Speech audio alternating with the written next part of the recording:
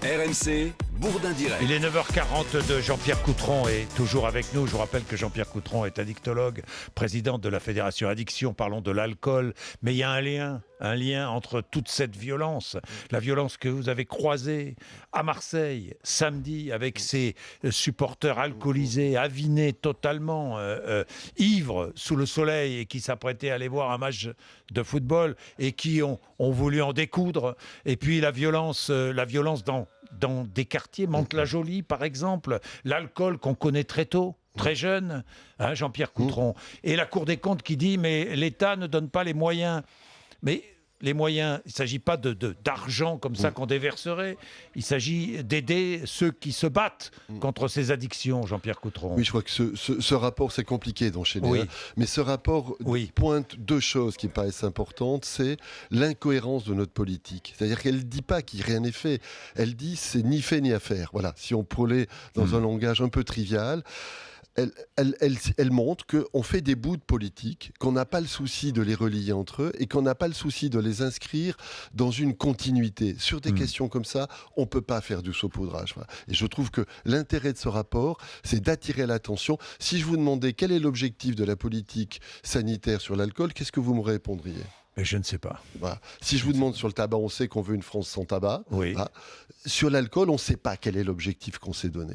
Oui. On ne sait pas vers où. Alors, comment voulez-vous que le citoyen lambda s'y retrouve si on ne sait pas quel est l'objectif commun vers lequel on veut aller ? Et donc, ce que ce rapport pointe, c'est qu'il y a des morceaux, mais il n'y a pas de politique cohérente. Alors, c'est moins des moyens supplémentaires qu'il faut mettre, bien sûr, il en faudra, mais c'est surtout une cohérence. Arrêtez le saupoudrage, arrêtez de faire à droite à gauche, arrêtez même de faire des choses contradictoires. Vous évoquiez Marseille. Alors maintenant, on va interdire la vente de l'alcool dans des zones, ce qui aurait dû être fait avant, ce qui aurait dû être fait de façon un peu plus intelligente, parce que si on l'avait fait avant, on aurait pu un peu mieux le préparer, hein, et ce qui aurait dû être fait en accord avec une opinion publique qui comprendrait qu'on ne veut pas prohiber l'alcool, parce qu'on est dans un pays pour lequel il y a une certaine tradition de l'alcool, mais qu'on s'est fixé comme objectif d'arrêter tel type de consommation, tel type d'usage. Voilà, c'est pas à moi de le dire ici. Vous voulez dire qu'on réagit au lieu d'agir ? On réagit, souvent. On réagit au lieu On est dans d'agir. la réaction pour satisfaire des demandes de l'opinion publique après un événement. On est dans la réaction et en plus, on n'a pas le souci de construire un message cohérent. Encore une fois, moi je déteste faire une chose et dire le contraire. Donc je fais partie de ceux qui consomment de l'alcool. Voilà, je ne vais pas faire un coming out, c'est pas extraordinaire, mais je déteste du tout être amené à dire il faut avoir une consommation zéro, alors que je sais que quand je sortirai le soir, avec mes copains addictologues ou avec ma famille, je vais consommer. Donc j'aimerais qu'on dise aujourd'hui, ce qu'on vous propose, c'est d'arrêter cette habitude malsaine de consommer tous les jours, qui existe, c'est d'arrêter de croire qu'il y a juste les jeunes qui surconsomment, qui sont dangereux, qu'on se donne des cibles partagées. Ça, on est incapable de le faire. Donc du coup on fait une chose, un coup on fait une autre. Et par exemple, aujourd'hui, tout ce qui se passe du côté des jeunes et dont on parle là à travers ce qui s'est passé, tout ce qui se passe au côté des jeunes n'est pas soutenu, n'est pas prolongé, n'est pas encouragé. Oui, je comprends ce que vous voulez dire. Mais ce qui se passe en France se passe en Grande-Bretagne. Quand vous voyez les supporters anglais arriver et tomber dans l'ivresse... D'abord, on en parlait hors micro.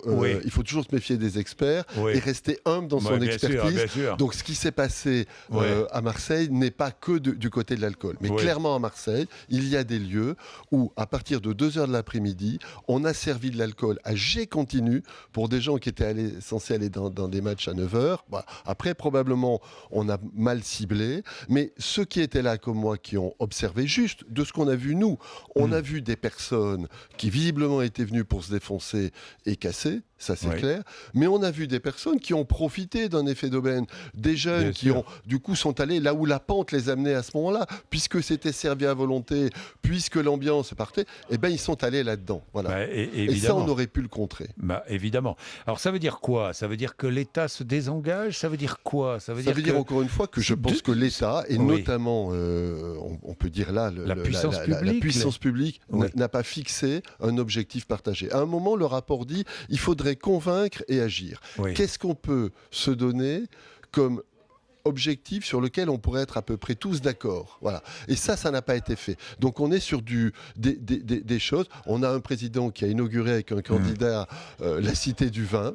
Moi, ça ne me choque pas forcément si on est capable de dire la Cité du Vin ne doit pas être un outil pour faire consommer tous les jours, quotidiennement, des quantités d'alcool. C'est là-dessus qu'il faut qu'on soit un petit peu cohérent. Qu'est-ce qu'on veut obtenir ? On sait qu'en France, il y a 2 dangers. Il y a un danger nouveau qui est le binge drinking. Il y a un danger d'ancien qui est cette espèce de consommation quotidienne. Aujourd'hui, l'alerte est donnée sur le binge et on se dédouane de cette consommation quotidienne. Donc, essayons de travailler là-dessus. Deuxième paradoxe, on dit les jeunes, mais il y a des dispositifs, les consultations jeunes consommateurs, l'intervention précoce, ça demanderait du temps pour vous expliquer, mais où on essaye de se mettre près des jeunes dès les premières consommations, dès les premières ivresses, dès les premiers dérapages. Ces dispositifs aujourd'hui, on n'est pas sûr de vouloir les financer. On les a fait fonctionner pendant 2-3 ans, vous voulez la somme, il faudrait 20 millions pour les faire financer. Vous imaginez ce que c'est dans le budget de l'État ? Rien. On n'est pas sûr de vouloir les financer.